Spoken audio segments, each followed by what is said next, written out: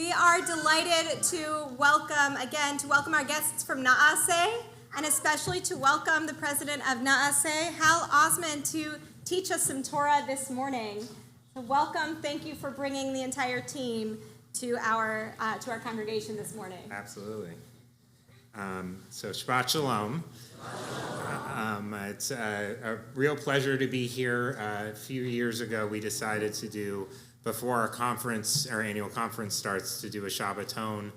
So many of us as executive directors actually don't get to sit and enjoy Shabbat services on a regular basis. We're hustling and bustling around, and so it's really nice to be here. Thank you, Beth Torah, for hosting us for the weekend.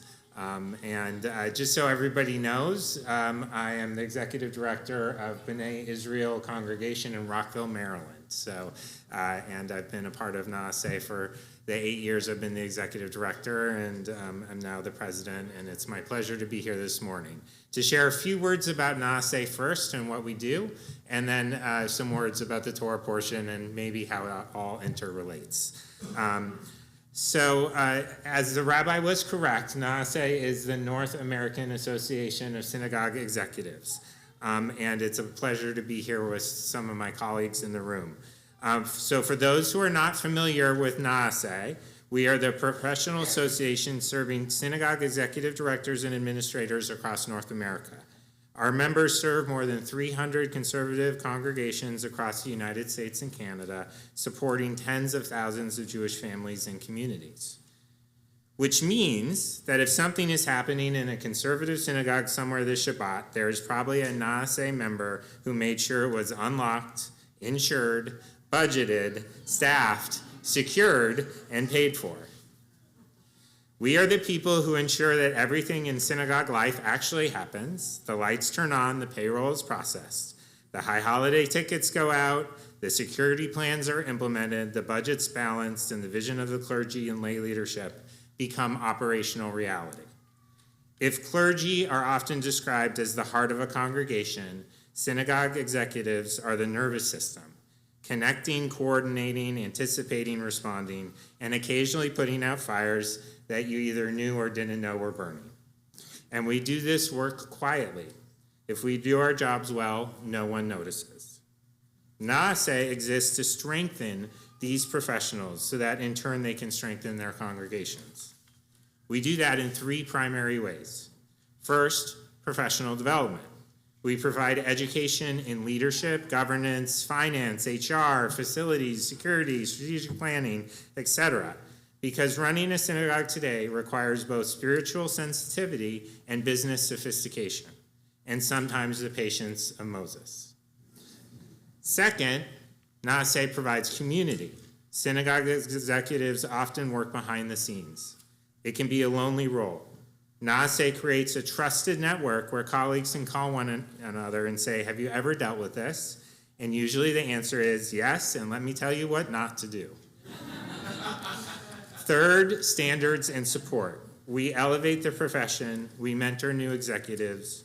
We provide resources for congregations seeking strong leadership. When synagogue executives are supported and well-trained, congregations thrive. This week, we're gathering here in Dallas for our annual conference.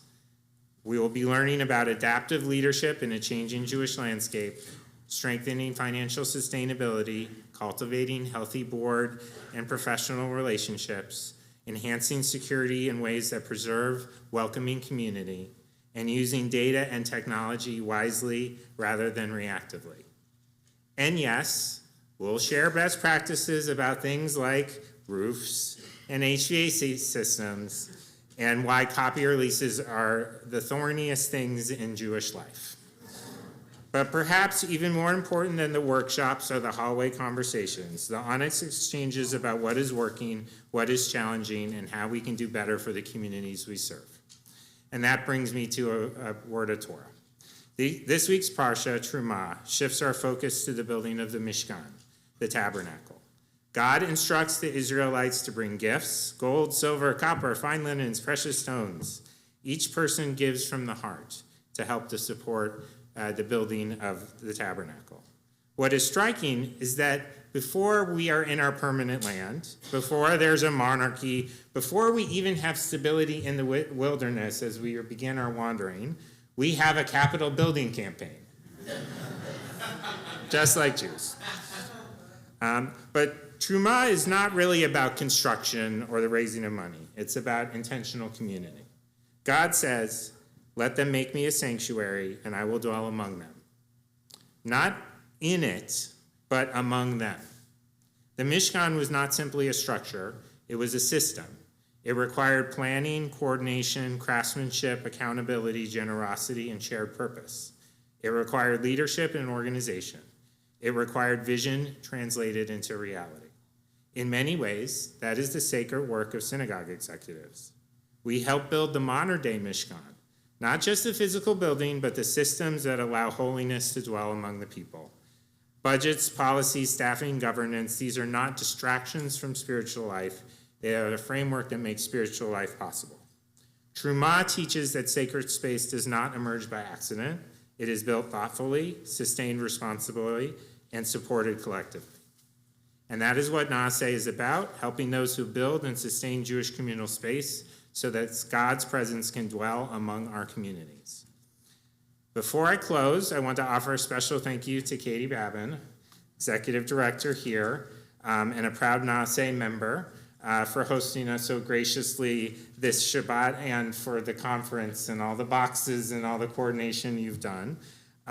Katie embodies exactly what Naaseh stands for: professionalism, warmth, competence, and the quiet leadership that makes everything look effortless. To my colleagues here today, the work you do is not merely operational, it is avodat kodesh, sacred service. And to the congregation, when you support your professional leadership, when clergy and lay leaders partner effectively with your executive team, you are investing not only in efficiency, but in the spiritual vitality of your community. In that, may we continue to learn from one each other this week.